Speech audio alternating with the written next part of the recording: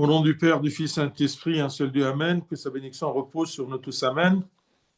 Aujourd'hui, on va continuer le chapitre 10 de l'épître de Saint Paul aux Romains. On va prendre aujourd'hui du verset 6 à 13. Romains 10, du verset 6 à 13. Mais voici comment parle la justice qui vient de la foi. Ne dis pas en ton cœur qui montera au ciel. C'est en faire descendre Christ. Ou qui descendra dans l'abîme, c'est faire remonter Christ d'entre les morts. Que dit-elle donc? La parole est près de toi, dans ta bouche et dans ton cœur. Or, c'est la parole de la foi que nous prêchons. Si tu confesses de ta bouche le Seigneur Jésus et si tu crois dans ton cœur que Dieu l'a ressuscité des morts, tu seras sauvé. Car c'est en croyant du cœur qu'on parvient à la justice, et c'est en confessant de la bouche qu'on parvient au salut. Selon ce qui dit l'Écriture, quiconque croit en lui ne sera point confus. Il n'y a aucune différence, en effet, entre le juif et le grec, puisqu'ils ont tous un même Seigneur, qui est riche pour tous ceux qui l'invoquent. Car quiconque invoquera le nom du Seigneur sera sauvé, gloire à lui éternellement. Amen. Alors, je vous rappelle tout simplement que tout le chapitre 10, il tourne autour du rejet de la foi par les Juifs et son acceptation par les gentils. Donc, nous avons les Juifs et tous les gentils. Les Juifs ont refusé la foi en Christ et les gentils ont accepté la foi, ils ont cru en Christ.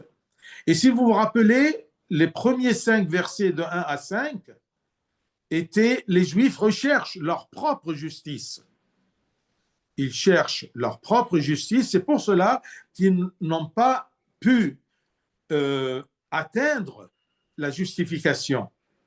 Aujourd'hui, du verset 6 à 13, on va voir que la justice de Christ est accessible à tous.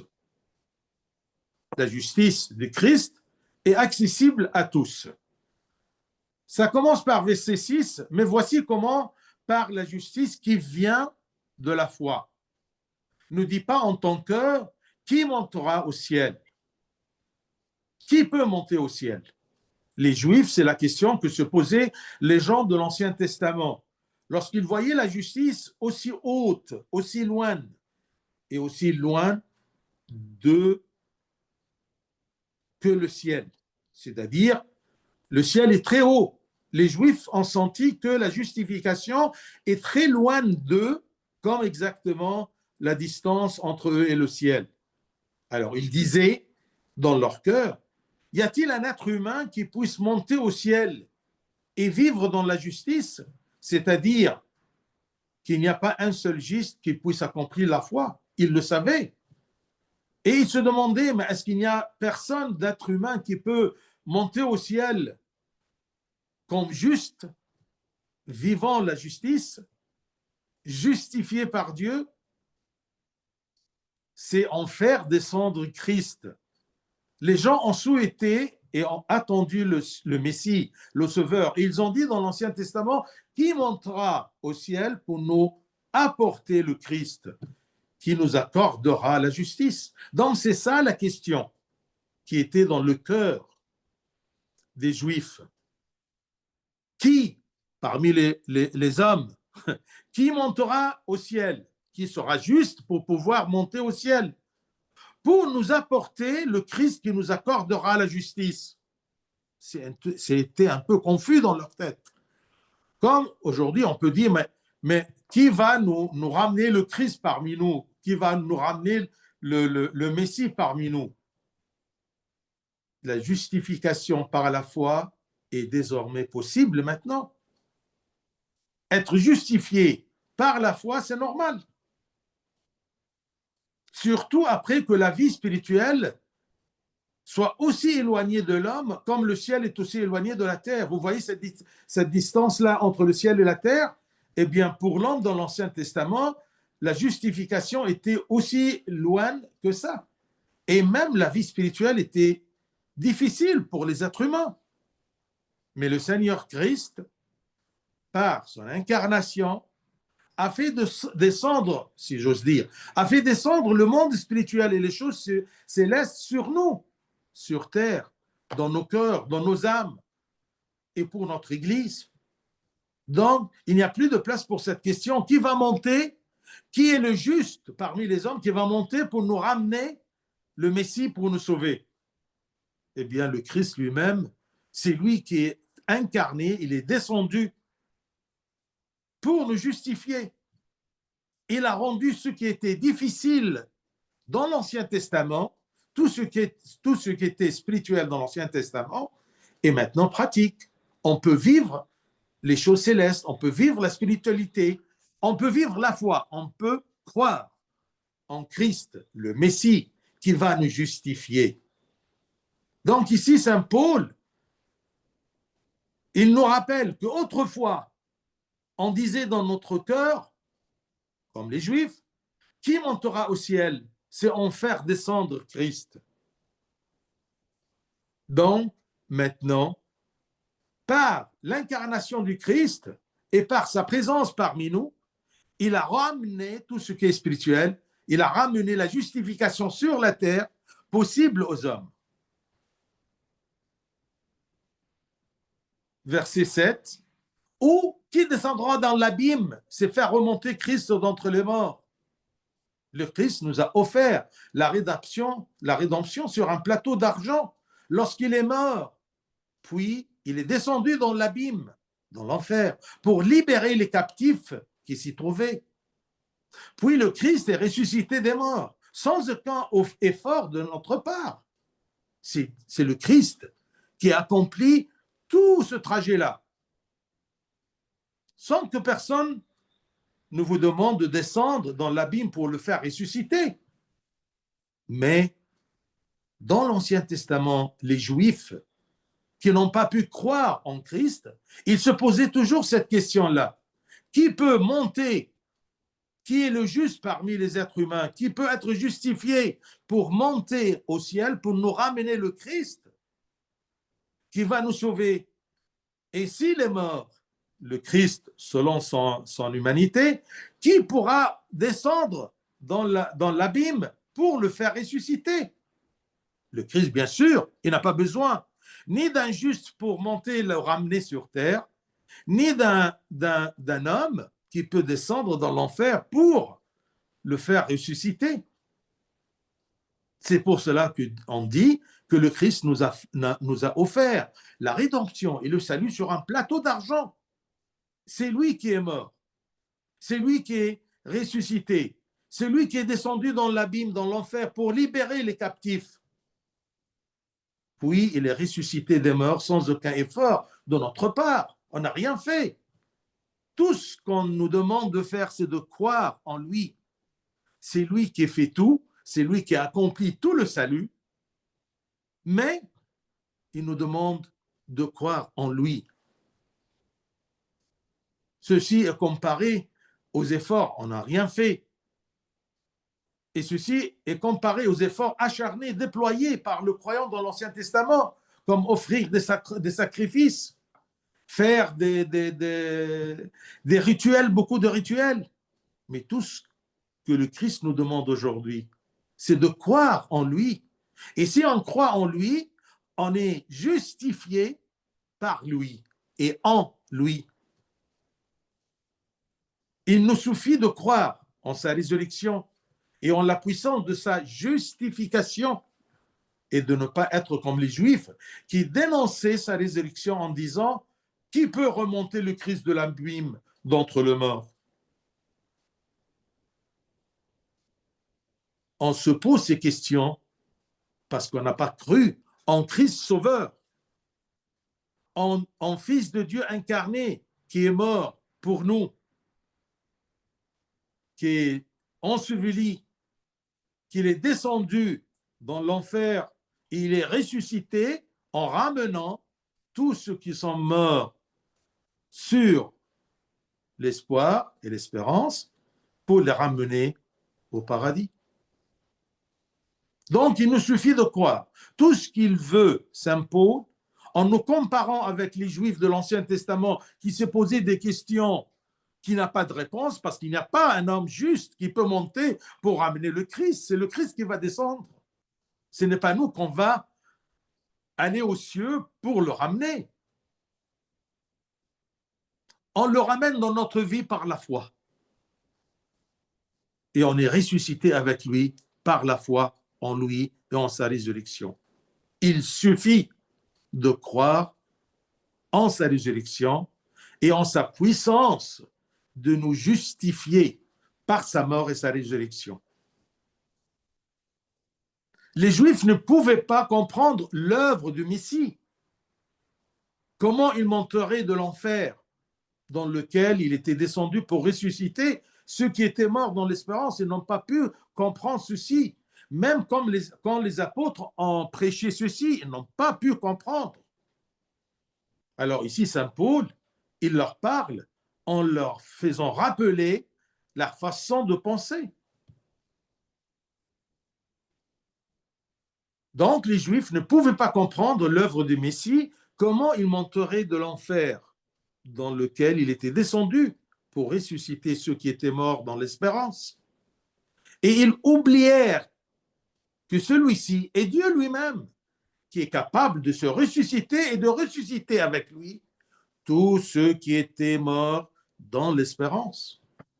Là, je veux vous faire comprendre que tous les pères, les patriarches de l'Ancien Testament, quand ils sont morts, ils sont passés à l'enfer, dans l'abîme. Il y a deux genres dans l'abîme. Deux gens qui ont vécu sans croire dans le Messie, qui va venir les libérer de cet enfer et de la mort éternelle. Et un autre groupe comme Abraham et Isaac et Jacob et tous les saints de l'Ancien Testament qui sont morts. Ils sont dans l'abîme, mais sur l'espérance. Ils ont cru durant leur vie dans le Messie qui va venir. Venir comment? C'était un peu encore difficile pour eux. Mais il allait venir par son incarnation, par cette naissance mystérieuse de la Sainte Vierge Marie. Et par sa mort sur la croix et par sa résurrection. Et c'est pour cela qu'on dit toujours dans la messe, il est descendu aux enfers par la croix, ou à travers la croix, ou par la croix. Par sa mort sur la croix, il est descendu à l'enfer pour libérer ceux qui sont morts sur l'espérance qu'ils seront délivrés par le Messie. Mais sa mort et sa résurrection, sa mort et sa descente étaient à travers les prophéties, mais n'étaient pas claires. C'était trop difficile entre nous que les Juifs comprennent ça. Mais puisque le Christ est venu, pourquoi ils n'ont pas cru en lui? Et même après sa résurrection, pourquoi ils n'ont pas cru dans la résurrection? Comment? C'est comme si Saint Paul leur dit, mais comment vous les Juifs, vous pensez que quelqu'un va monter au ciel, un juste, qui ne se trouve pas, qu'on ne trouve pas, un juste qui va monter au ciel pour ramener le Christ? Et si le Christ va mourir pour descendre, comme vous dites, pour descendre libéré, qui va le ramener là-haut? Eh bien, personne ne va le ramener. C'est Dieu incarné. C'est lui qui se fait ressusciter. C'est lui qui se ressuscite et ressuscite avec lui ceux qui sont morts sur l'espérance ou dans l'espérance. Donc, il nous suffit de croire dans la capacité du Messie, qui est le Fils de Dieu incarné, qu'il a le pouvoir de nous justifier par sa mort, par sa descente dans l'abîme, par sa libération à ces âmes qui ont cru dans le Messie, et la libération et la justification du Messie par sa mort et sa résurrection. Donc, le salut est devenu facile grâce à Jésus-Christ, qui a fait tout. Comme je vous ai dit, il a présenté le salut sur un plateau d'argent. Et il nous demande tout simplement, si vous voulez participer à ce qu'il y a sur le plateau d'argent, croyez en moi. je suis mort et ressuscité pour vous sauver. Est-ce que vous y croyez? Si vous y croyez, vous y participez. Vous allez y participer. Donc, personne ne peut ne pas croire en Christ et être sauvé. Donc, le salut est devenu facile grâce à Jésus-Christ. Ne devrions-nous pas profiter de cette opportunité pendant que nous sommes en vie sur terre afin de ne pas manquer de temps?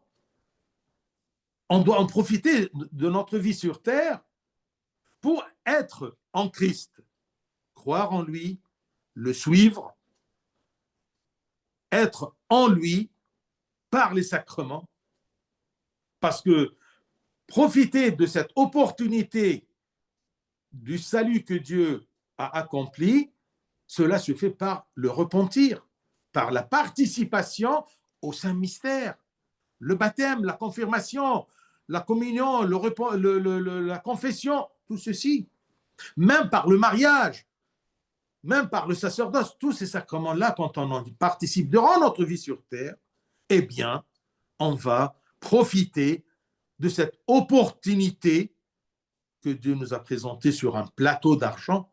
L'homme n'a rien fait. Il suffit que l'homme croit dans le Messie sauveur, justificateur de l'homme.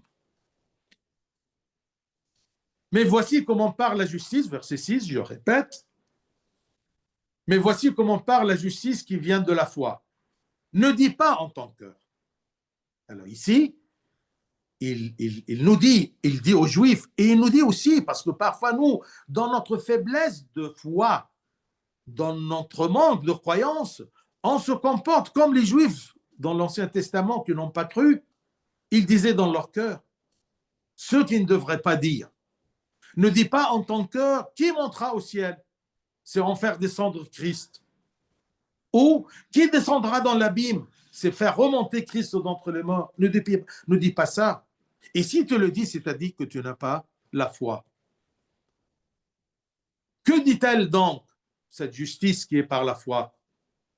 Il incarne ici la justice comme si c'est la justice elle-même, d'accord, qui réprimande les hommes qui n'ont pas cru. Que dit-elle donc? La parole est près de toi, dans ta bouche, dans ton cœur. Or, c'est la parole de la foi que nous prêchons. Ici, Saint Paul leur dit, moi je suis venu pour vous dire une seule chose, la foi. Je vous transmets la parole, la prédication, croyez en Christ. Or, c'est la parole de la foi que nous prêchons. Verset 9. Si tu confesses de ta bouche le Seigneur Jésus, et si tu crois dans ton cœur que Dieu l'a ressuscité des morts, tu seras sauvé. Attention, je ne veux pas que cette partie du verset, si tu crois dans ton cœur que Dieu l'a ressuscité des morts, lui et Dieu sont un. Attention. Mais ici, il parle à des juifs, d'accord, et à des chrétiens d'origine juive. Alors, il parle à propos de Dieu l'éternel, mais ne sont pas deux personnages différents. Non, c'est un seul Dieu, distingué en Dieu le Père, Dieu le Fils et le Saint-Esprit. Si tu confesses de ta bouche le Seigneur Jésus, alors ça, c'est la parole de la foi que nous prêchons. Si tu confesses de ta bouche le Seigneur Jésus, si tu crois dans ton cœur que Dieu l'a ressuscité des morts, tu seras sauvé. Donc, par notre confession, par notre croyance, par notre foi en Christ, mais pas par parole tout simplement, ne prenez pas ce verset au pied de la lettre. Autrefois, les chrétiens reconnaissaient le Christ alors que l'épée était sur leur cou dans le martyre. Quant à nous, aujourd'hui, il n'y a pas ce martyre-là. Il n'y a pas cette confession-là du Christ. D'accord? S'il y en a quelque part, mais ce n'est pas la règle générale. La règle générale que nous confessons aujourd'hui, toi et moi, comment on va confesser le Christ?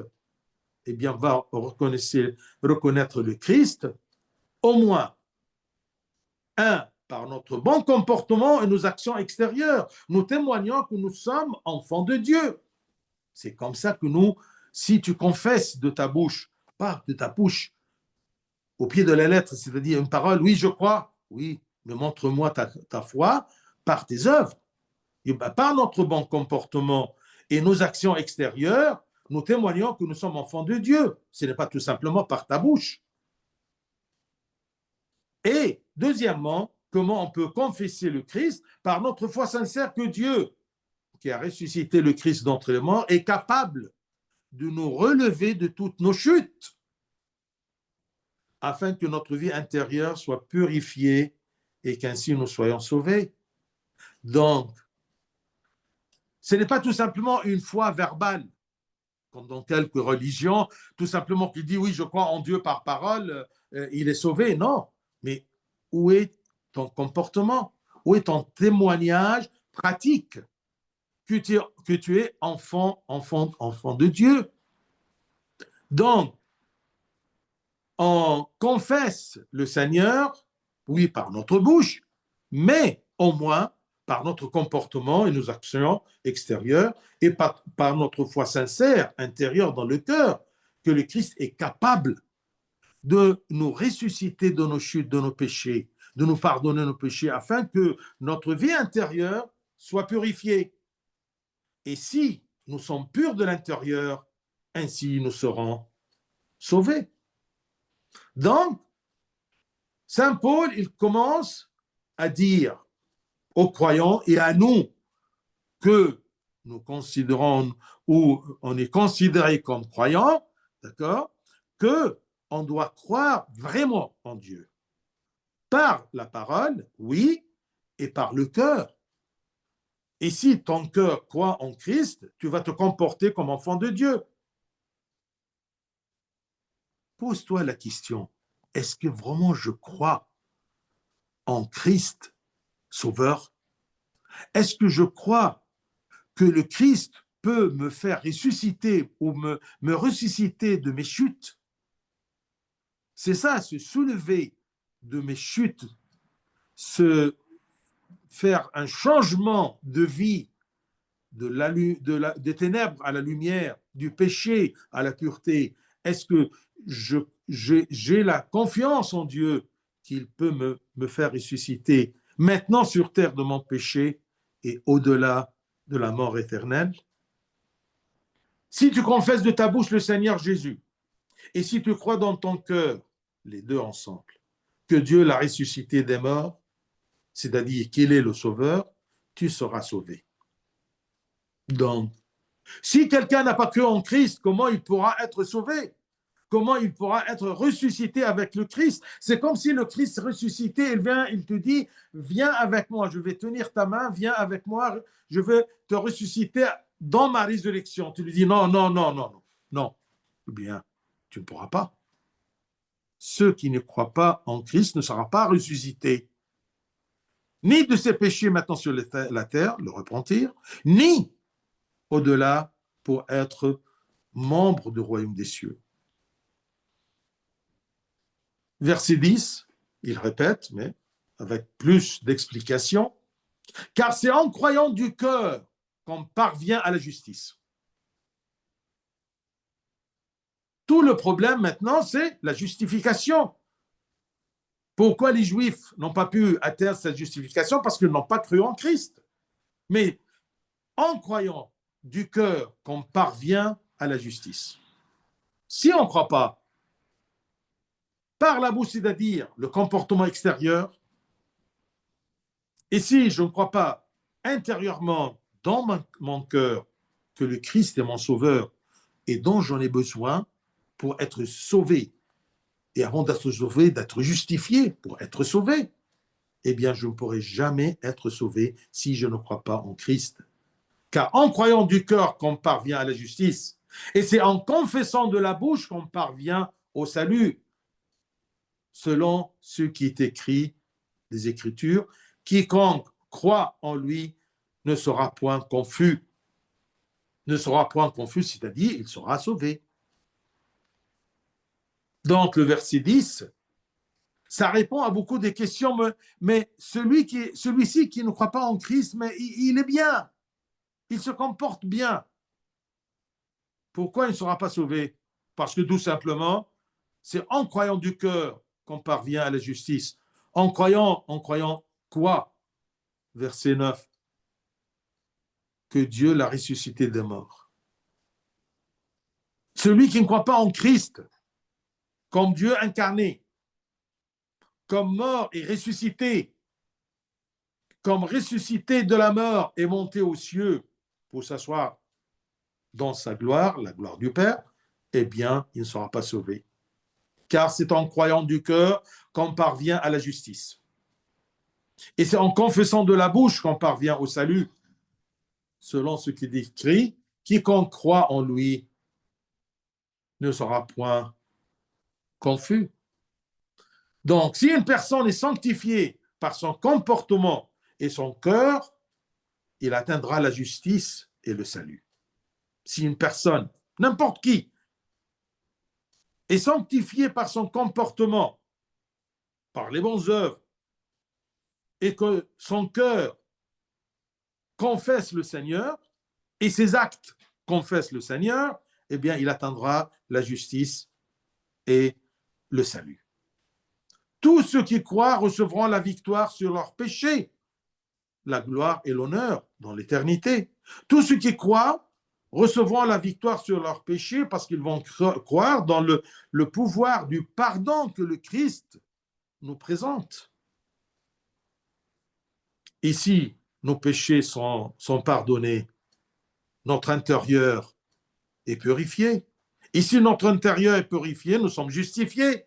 Et si nous sommes justifiés, on pourra facilement participer à ce salut que le Christ, par son incarnation, sa mort, sa résurrection, son ascension aux cieux, nous a présenté sur un plateau d'argent. Mais on doit y croire. Verset 12, il n'y a aucune différence en effet entre le juif et le grec, le juif et les gentils.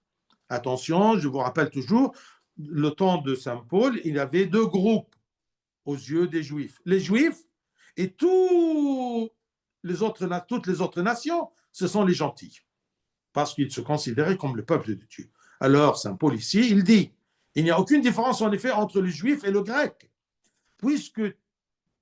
puisqu'ils ont tous un même Seigneur, un même Messie, un même Sauveur, qui va s'incarner, qu'il est incarné, qu'il est mort, qu'il est ressuscité, qu'il est monté aux cieux.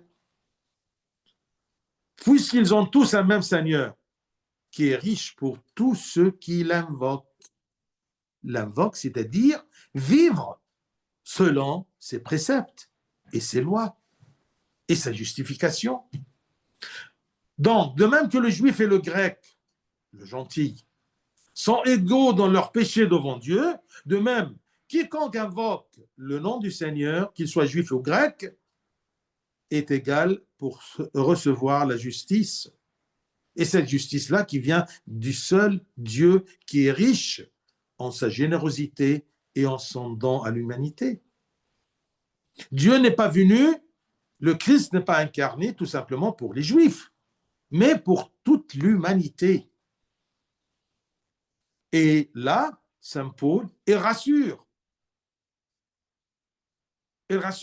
toute l'humanité, tous les hommes, qu'ils peuvent être acceptés par le Christ à condition de croire en lui. Et il dit aux Juifs, attention, si vous restez comme vous êtes et vous ne croyez pas, eh bien, vous ne serez jamais sauvés. Verset 13, car quiconque invoquera le nom du Seigneur sera sauvé. Donc, dans ces différents versets, il y a toujours l'homme qui sera sauvé. L'homme qui sera sauvé sera comment il invoquera le nom du Seigneur. Il croit en lui. Il croit de son cœur et il confesse de sa bouche. Et il croit de son cœur que Dieu a ressuscité le Christ des morts. Vous pouvez faire une concertation à travers ces versets pour voir qui sera sauvé. Le résumé, c'est quiconque fait du Christ son Dieu, quiconque invoque le nom du Seigneur, par la foi en Christ, il sera sauvé.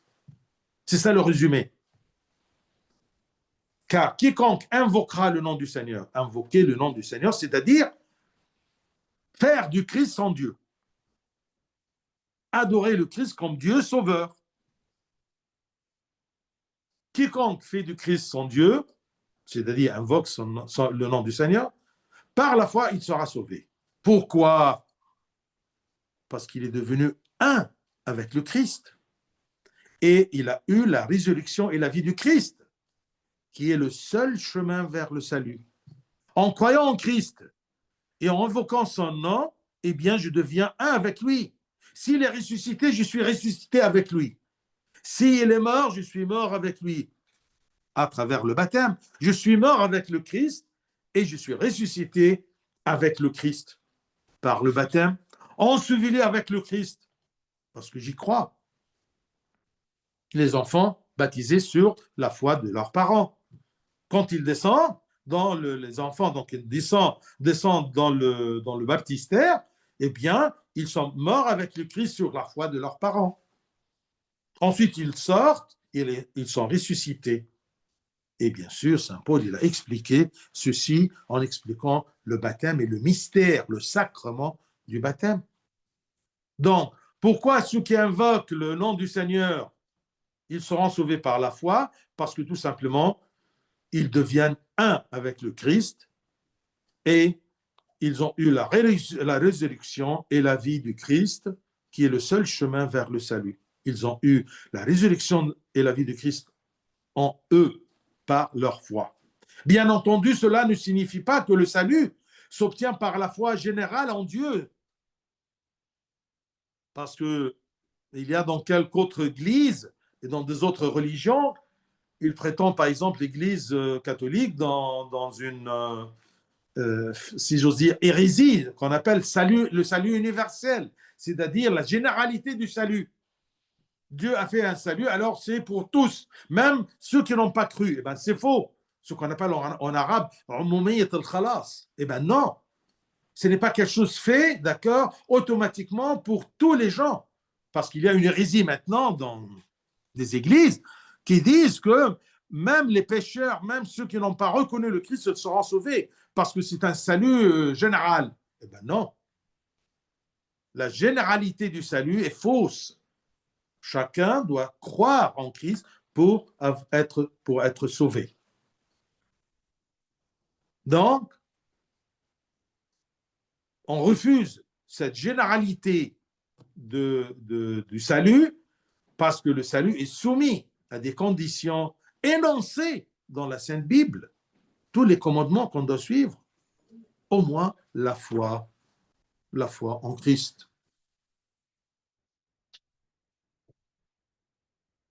Vraiment, elle est grande, la générosité de notre Seigneur Jésus-Christ, qui ne regarde pas au visage, mais au cœur. Il sonde le cœur. Il sait, est-ce que tu crois en lui, oui ou non? Est-ce que c'est vrai? Tu te comportes comme enfant de Dieu, tu invoques son nom, tu confesses le Christ ou pas? Dieu, il est très généreux. Il nous a donné beaucoup de choses qu'on ne mérite pas, mais il nous demande de croire en lui. Le monde divise les gens en rang et en niveau, riches, pauvres, mais le Christ, eh bien, non. Tous sont égaux. S'ils croient, ils seront sauvés. Même une mère peut faire des différences entre ses enfants par favoritisme, mais en Jésus-Christ, tous les hommes ont les mêmes chances d'atteindre le salut, à condition de croire en lui, de confesser le Seigneur Jésus, de croire dans notre cœur que Dieu l'a ressuscité des morts pour nous sauver, et ainsi nous serons sauvés avec lui.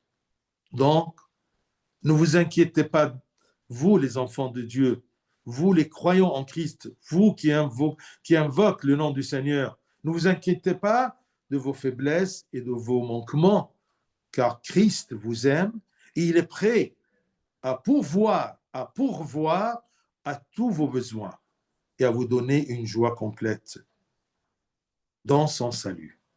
Mais si tu veux en profiter, tu dois croire par ta bouche, par des actes, par ton cœur, qui est le Messie, qui est le Sauveur, que par sa mort, sa résurrection, son ascension, il nous a donné, nous tous, à condition que nous croyons, il nous a donné, nous tous, le salut.